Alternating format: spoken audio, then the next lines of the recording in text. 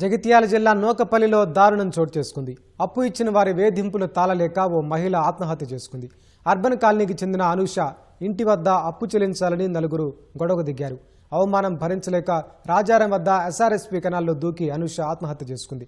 అనూష ఇంటి నుంచి వచ్చిన క్రమంలో గొడవకు దిగిన ఇద్దరు ఆమెను వెంబడించారని, వారి ముందే తమ తల్లి ఆత్మహత్యకు పాల్పడ్డా కనీసం కాపాడలేదని మృతురాలి కుమార్తె ఆరోపించింది. ఘటనా స్థలానికి చేరుకున్న పోలీసులు మృతదేహాన్ని కాలువలోంచి బయటకు తీశారు. కేసు నమోదు చేసుకుని దర్యాప్తు చేస్తున్నారు. విజయవాడలో కంకిపాడు చిన్న సిటీ అక్కడ అయితే ₹1,00,000 లోన్ తీసుకున్న వాట నిజమే. 70,000 60,000 సంథింగ్ ఎంతవరకు మేము కట్టేసినాం. మేము ఫోన్ పే అట్లా ద్వారా ఇవ్వలేదు. వాళ్ళ ఇంటికి వెళ్ళి డాడీ కొన్నిసార్లు ఇచ్చిండు, మా అమ్మ కొన్నిసార్లు ఇచ్చింది. వాళ్ళ ఇంటి దగ్గరే మా షాప్ ఉంటుండే. మేము డబ్బులు వాళ్ళకి సగానికి సగం కట్టినా కానీ ఆమె మేము ఇక్కడికి వచ్చేసిన తర్వాత కొన్ని సమస్యల వల్ల మేము వడ్డీ డబ్బులు ఇవ్వడం జరగలేదు.